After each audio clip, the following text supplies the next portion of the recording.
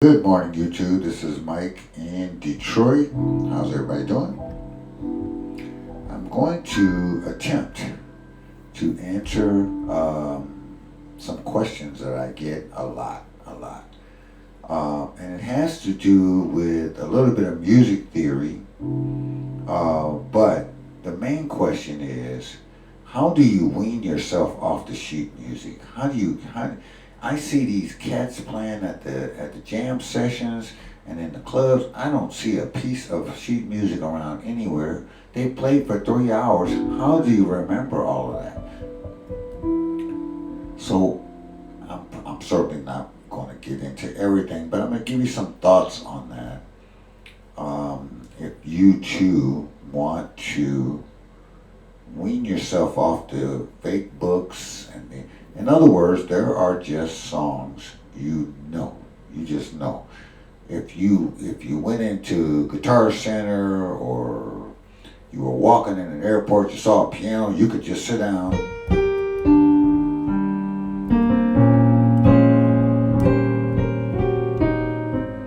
Not a piece of sheet music in sight. You know that song, it's in your head. How do you get there? It doesn't matter. So these are just going to be more like tips, suggestions. Everybody's probably got their own way of doing things. Everybody's brain is a little bit different. Everybody's practice regimen is a little bit different.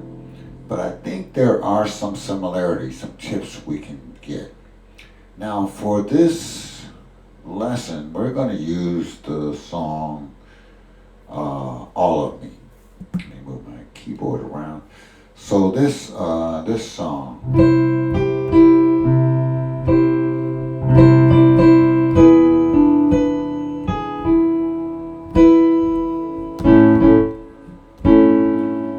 Okay, so but you can use any song you want.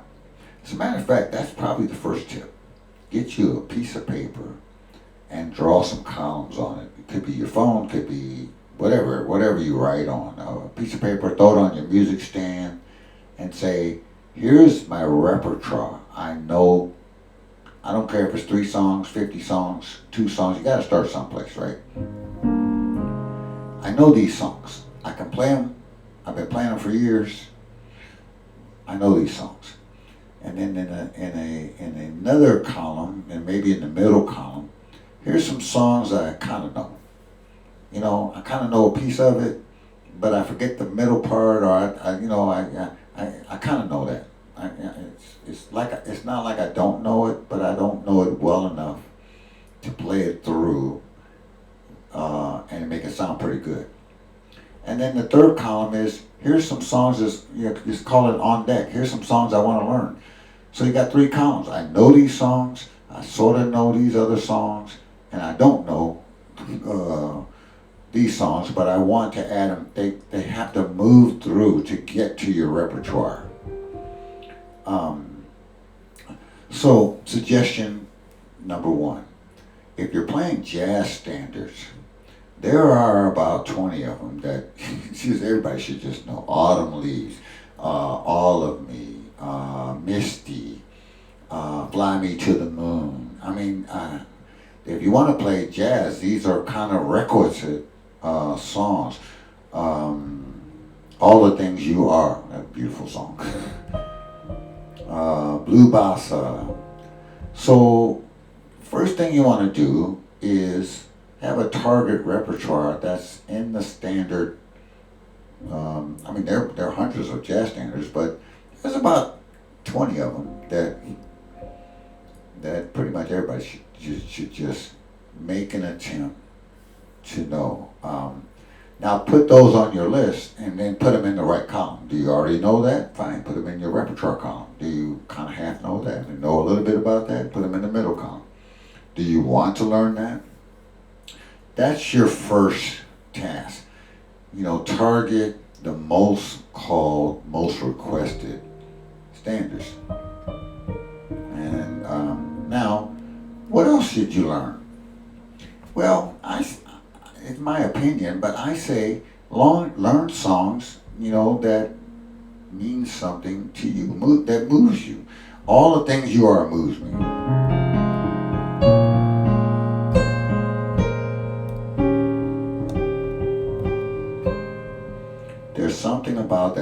melody, there's something about that chord progression that just touches me. It has an emotional impact on me, the player. And why is that important? Because if it touches you, you're going to phrase it, you're going to play it in such a way that it's going to touch your audience. If you're playing songs that don't mean anything to you, then you're just over here pushing buttons, really. It doesn't even have to be a jazz song. You might hear a song that just moves you.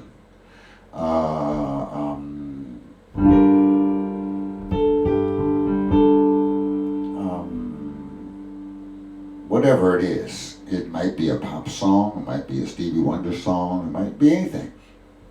But it moves you, and so as the player, if it moves you, that's going to transmit to your audience. Put it on your list. Put it on your list. So now you have the staple songs and then the songs that you want to play. Now, if you're playing professionally, which I do not, so somebody else, throw in the comment section what you think about this. You got to play what the band's playing, and you got to get good at, maybe that's why I don't play in bands, because I want to play what I want to play. But if I was playing with other people or in a group, or I was getting paid to do this, then I have to add to my repertoire what the band leader wants me to learn. If you're playing in a church, the minister of music is going to say, we need to play this song on Sunday. Well, you got to get with the program.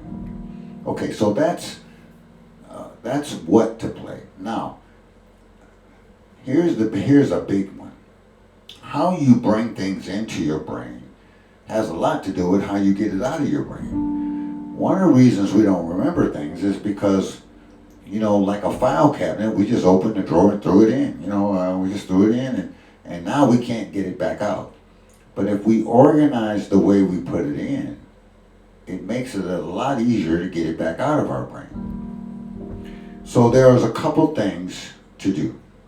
And I am on the piano today, but it doesn't matter. You could be on the guitar, trumpet, doesn't matter what you're playing. Couple things. Know your major scales. Know something about diatonic harmony. In our song today, before we play the first chord, we have to be deputy dog and say, all right, what key are we in? Okay, we look at the sheet music and we see. And this, by the way, this is in your practice room, not on the bandstand, not in a performance. This is what you do in practice. What key is this? Key of C. What time signature are we in? 4/4. 1, 2, 3. Is it a swing song? Yeah. It's not. No. It's got a swing to it.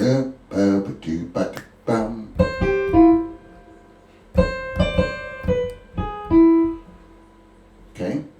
What form is this song in? A lot of jazz songs are 32 bar AABA songs.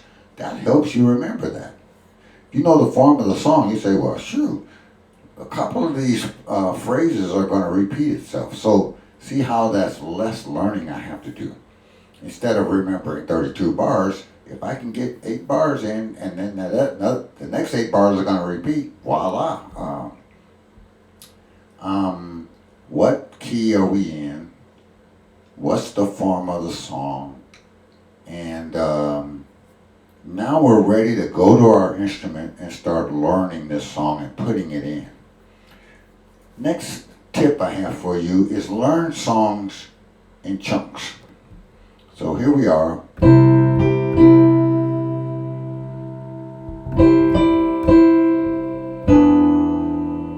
And I'm holding this, that's my right hand. And this video has nothing to do with piano voicing, nothing. You can play this on a guitar, horn, whatever. So you might be voicing these chords differently. Don't worry about that for this video. I have a whole nother series on chord voicings. So let's stop here. We are on so a lot of people say that's a C6. C6 to a E7.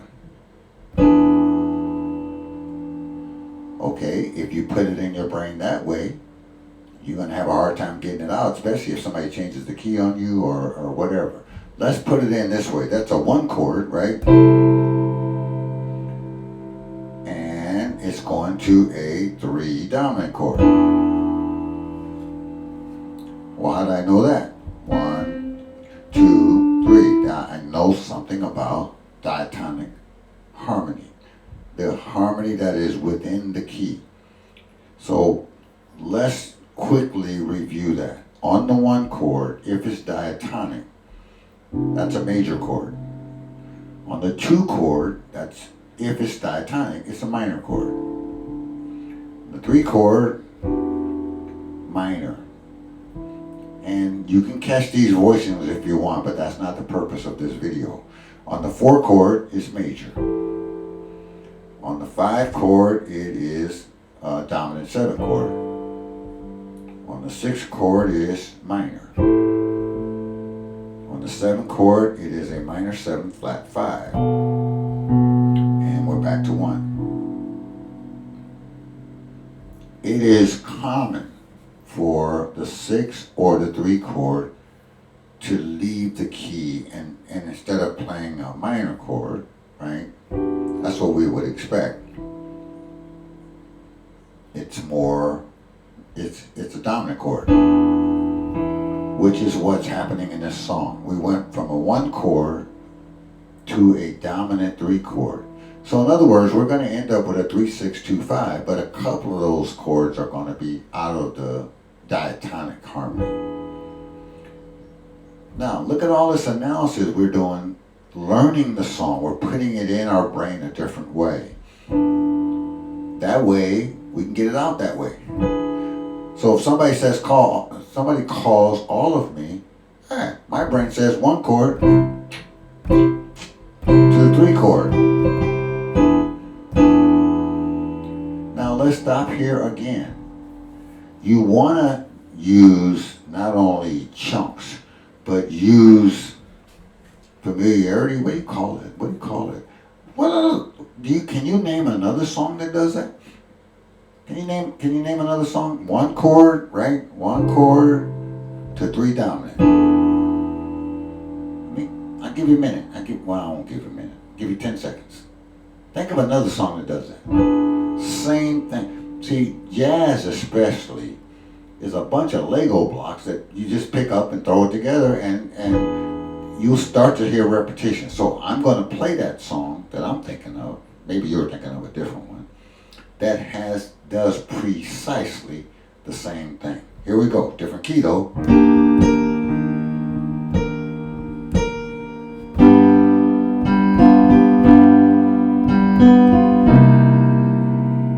What song did I just play? Georgia on My Mind, right? 1 chord to the 3 dominant chord. Don't let the key change fool you. The number system is identical. It's identical. So let's go back to the key of C. What if I was playing Georgia on My Mind in C?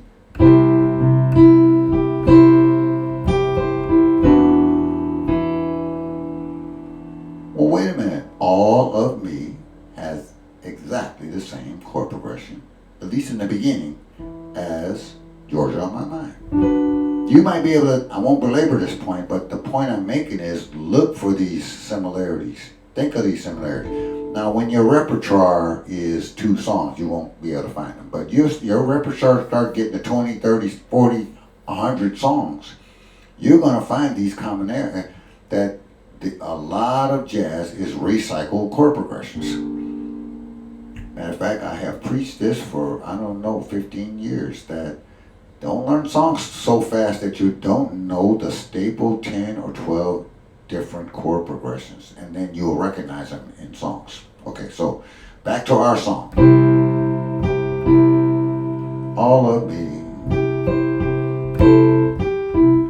Another kind of memory is muscle memory. Muscle memory. You just played it enough times, your fingers know where to go. Okay, so especially those of you who are not, let's say you're intermediate and below, like all of us are. You advanced guys can get away with this. But you want to pretty much figure out how you're going to play this. And that's the way you're going to play it. Forever. Until you get all sophisticated. Because you want to take advantage of muscle memory. You don't even want to think about it. Play that. It is a C6, but I'm really, that 6, this note is okay. But I'm really, these 2 notes I care about, right? And I usually just kind of hit them. Okay? Melodically, the melody of the song. And oh, by the way, I'm throwing lots of little hints at you. Learn the melody of the song.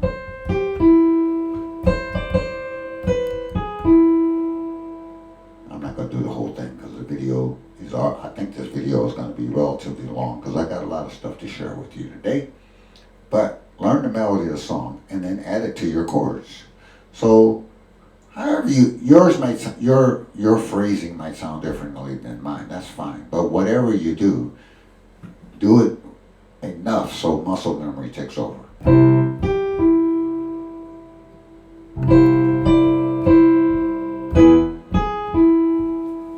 Okay? Here comes another tip. What tip am I on? 7 already or whatever?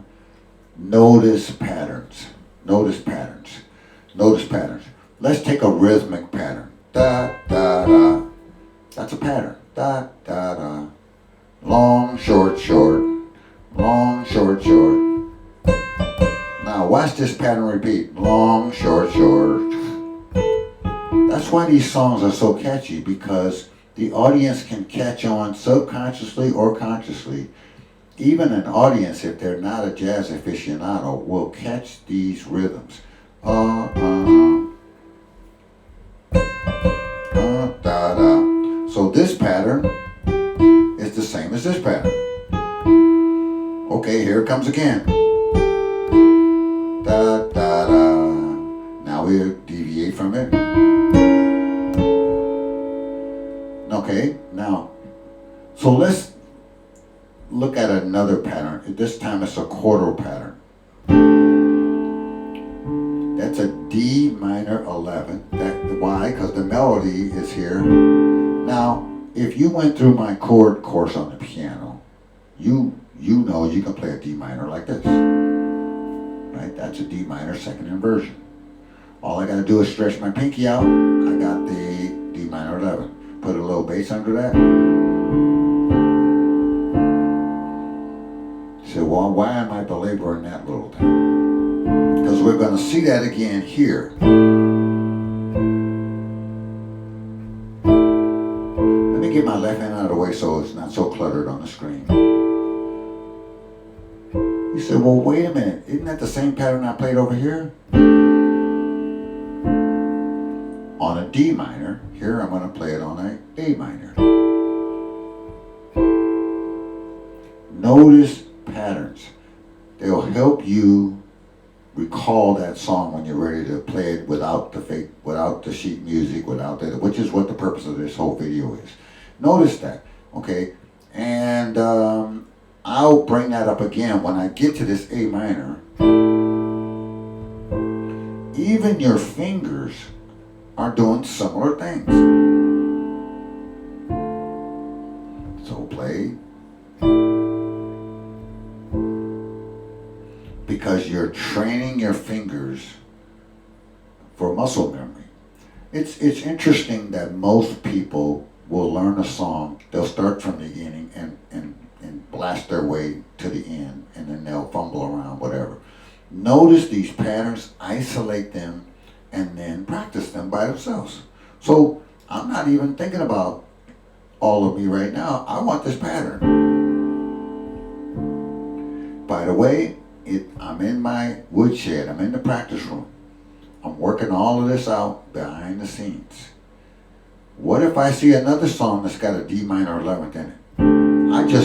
I have a voicing for that. What if I see a song that has an A minor 11th in it? Could be a whole different song. Take the left hand away, because right now I'm just playing roots and maybe fifths in my left hand. Nothing fancy in the left hand. Focus on my right hand here.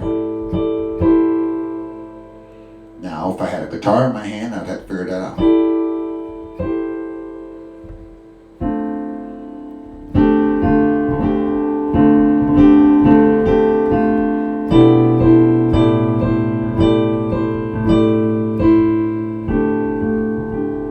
Somebody passed by your practice room, they'll say, "What are you doing?" I'm learning all of me. If I did that, now let's go back to the beginning, right? Little rhythm.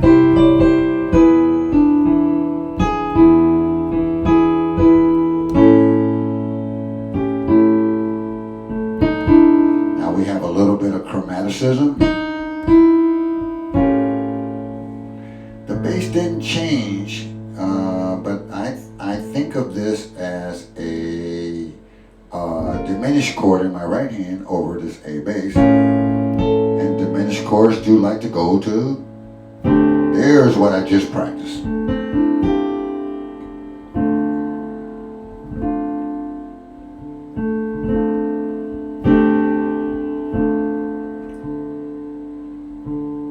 Now here comes another pattern. Here comes another pattern.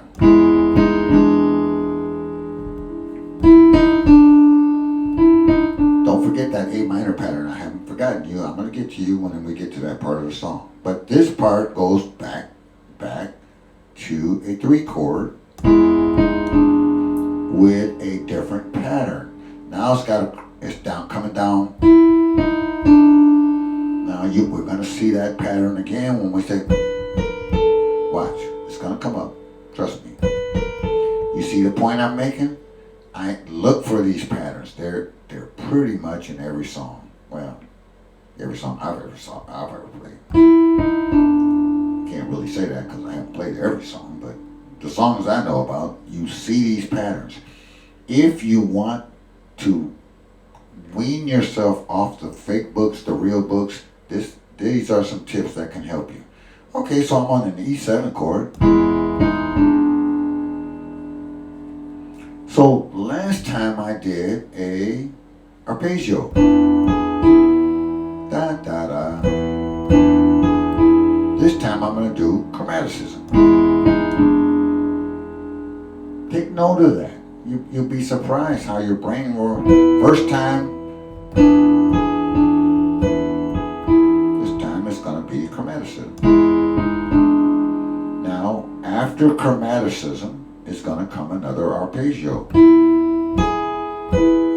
Well, look at those notes there. Nothing but an E triad. That's really all it is. Now here comes that thing we just practiced. Remember it from D minor? Now here comes it. There it is on A minor. Now what I'm teaching here is not how to voice this chord, but to recognize these patterns, and that is in A minor 11th. You want to call it a stretch pinky, and the melody is helping you out, just like it did down here.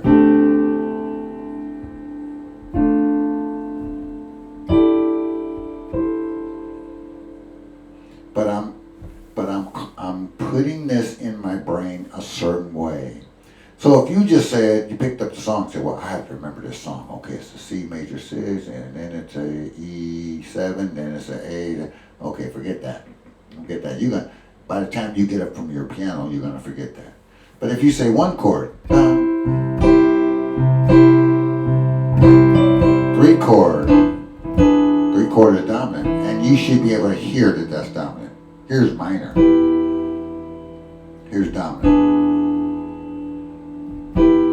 And if you need to pause, most of you will not need to do this, but if you need to pause to hear that difference, please do so. Here's dominant sound, and here's a minor sound.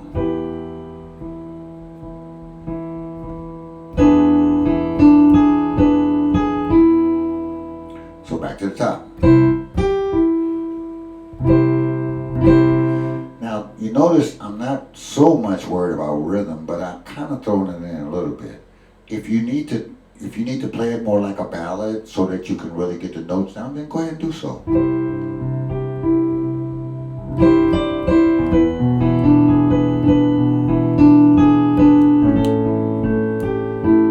Notice the rhythmic patterns, and then a little chromaticism. Here's that chordal D minor 11. Beautiful chord, by the way. Resolve to the third. Fourth, going to the third. Now, we got a 3 chord again, but this time we got chromaticism. Chromaticism followed by a triad arpeggio. Stretch. This time it's an A minor 11. I told you last time we had, this time we're gonna have, now we have a D7 with that. See, I told you that was coming. These songs have patterns in them to recognize. Last time we went, this time we're going over a D. Now, how you voice that is up to you. I probably would voice it like this. I like the 9. But if you want to minimize that, just, you need that note. That makes it a dominant chord. Here's a third. I would probably throw in the 9.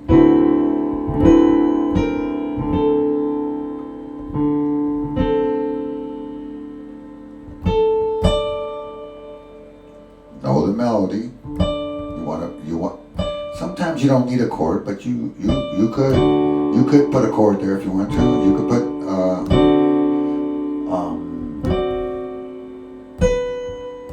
D dominant is going to go to D minor. You can play this 9th if you want to. Again, I keep slipping into talking about chord voicings, but I'm really talking about song analysis. You put it in the right way, you're gonna get it back out the right way. Now, on a dominant chord, you got alternate. Now we've got 2/5. We're heading for the 1 chord. Now let's play that without too much talking.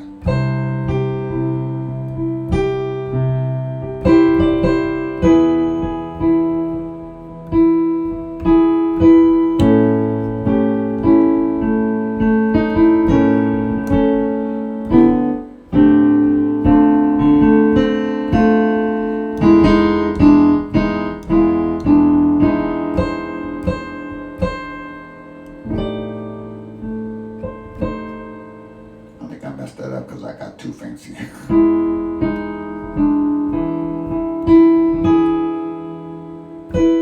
There it is.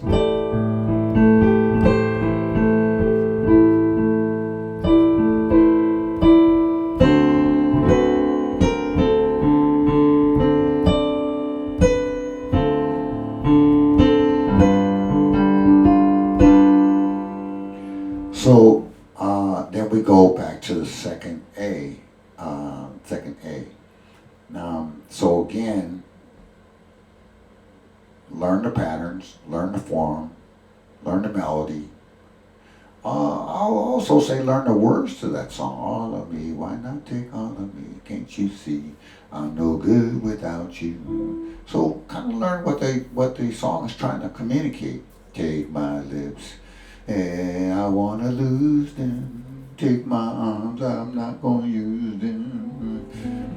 Okay, so now when we get through to the, so we'll play that all over again, except for the second A. When we get to the end, we got a whole kind of little different thing going on. So we got this thing going on.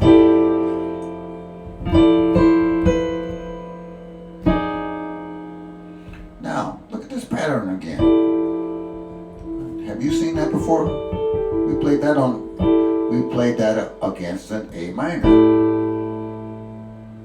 A minor 11. All I did was change the bass note. Now it's an F major 6.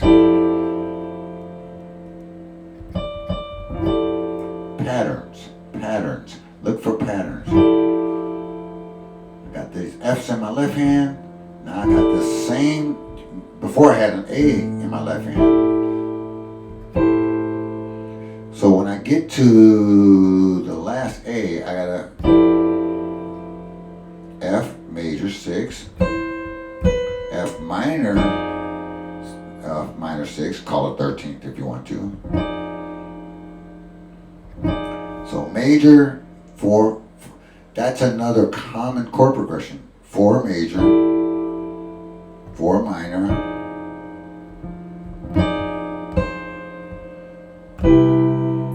so we have a 1, 3, 6. And that 6 is going to be dominant. Why? Because it sets up the 2-5-1 home. So let's go back here again. We got this same, we got this.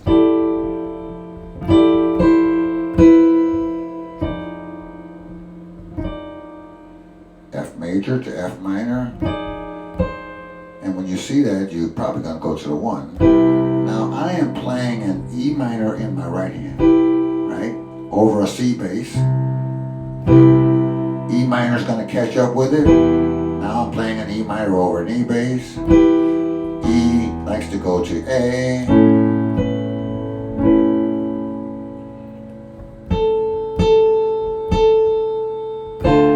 Why not?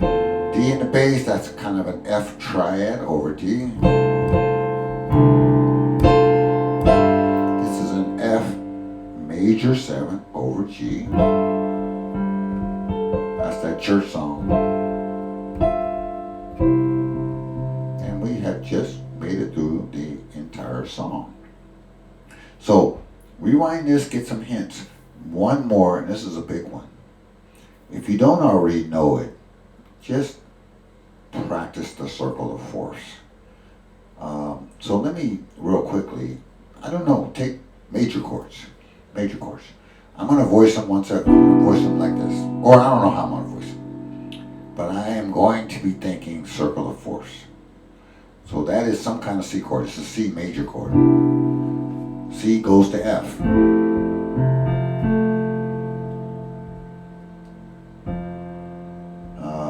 That's my left hand, right hand. F goes to B flat. Right hand, left hand. B flat goes to E flat. E flat goes to A flat. Spend a part of your practice time doing this. I could be doing this on majors, minors, dominant, minor 7 flat 5s, doesn't matter. A flat goes to D flat. Some kind of voicing. I don't care if you're playing triads, whatever. Some kind of voicing. Learning the circle of force is critical. And now D flat goes to G flat.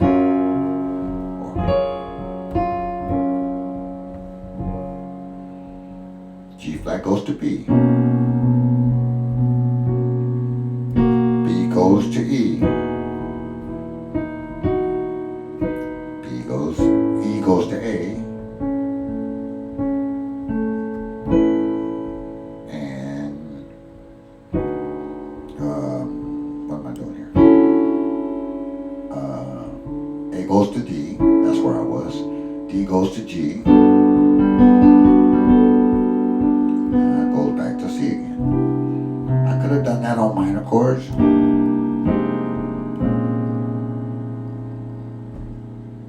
So learn the circle of force. Okay, why? Why am I learning the circle of force? Okay, all of me. Now, one chords can go wherever they want. One chords can go, most of the time they go to 6 chords, but they could go to 3 chords. One chords can go wherever they want to go in songs. But once I got to this, once I'm on the 3 chord, now I can start to predict. E likes to go to A. not only does the song tell me that, the circle of force told me that.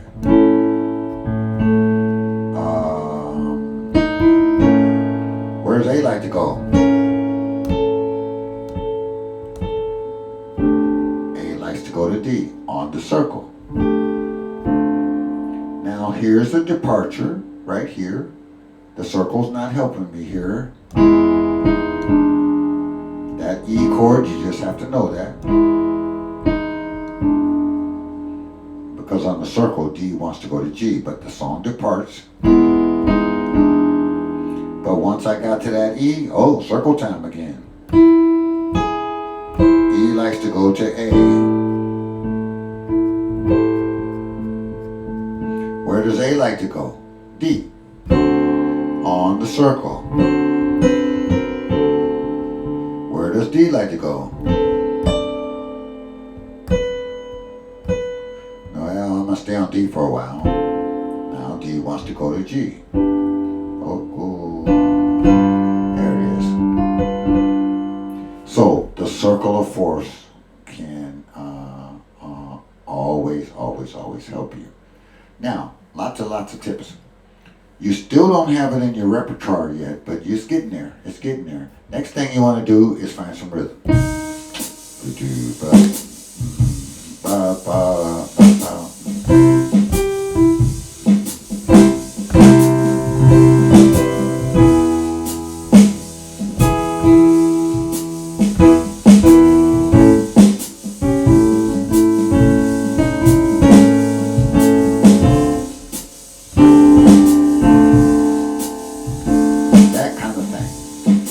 Some rhythm, and then the last thing I'll tell you, and I'll close this video out. Well, two things I'll tell you.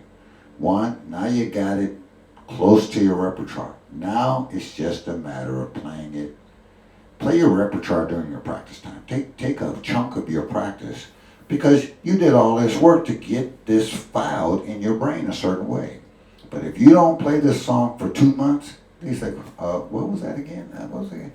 So part of your practice time is to play your repertoire. So play that. Play it. Don't, in other words, don't be so busy learning new songs that you forget the songs you already know. So lots of little tips, but after a while, a snowball effect will take over. You'll start to see similarities in different songs. You'll learn to get some different chord voicings. You'll get your favorite chord voicings that you just use. I call them money voicings. And it'll get your own style. A lot of these jazz standards you can play as ballads, or you can swing them. You can swing them.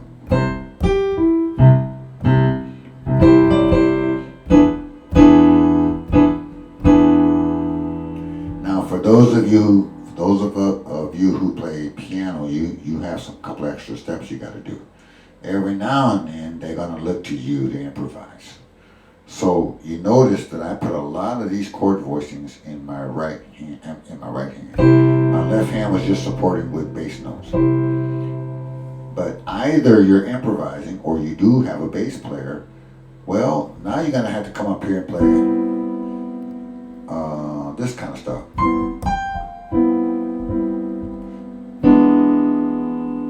Now that's your left hand at work.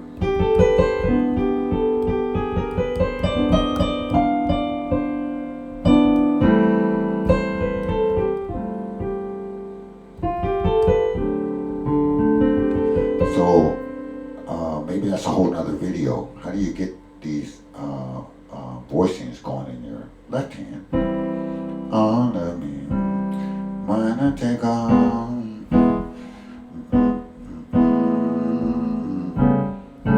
Or this.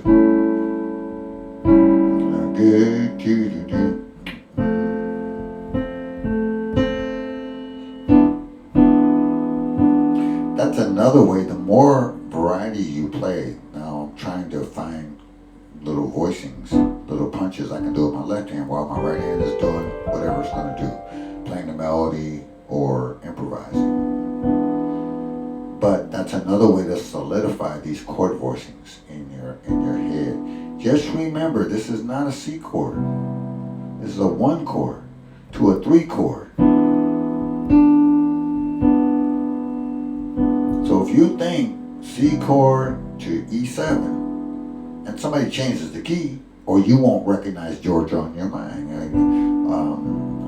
or my mind. To a 6 chord, to a 2 chord,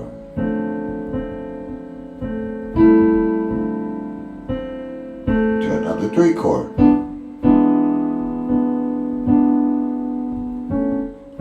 That kind of thing. For you pianists, you want to be able to go both ways, left hand chording or right hand chording, either way.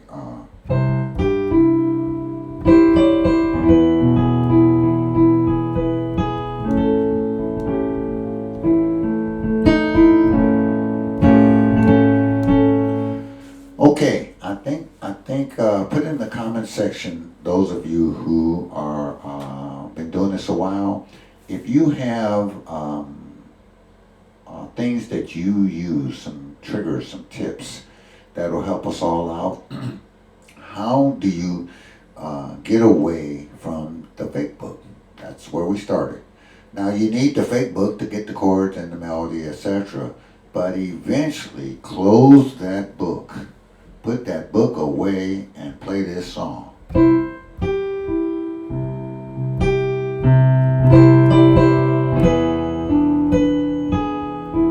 Don't need the book anymore.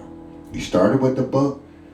It's good to have several fake books around, but remember that scene I said that there are people at the jazz clubs. They played for 3 hours. You didn't see one sheet of music. How do they do that? And these are some tips aimed to get you closer to there as well. All right, that's it for now. Have a good day. I'll talk to you soon. Take care. Bye-bye.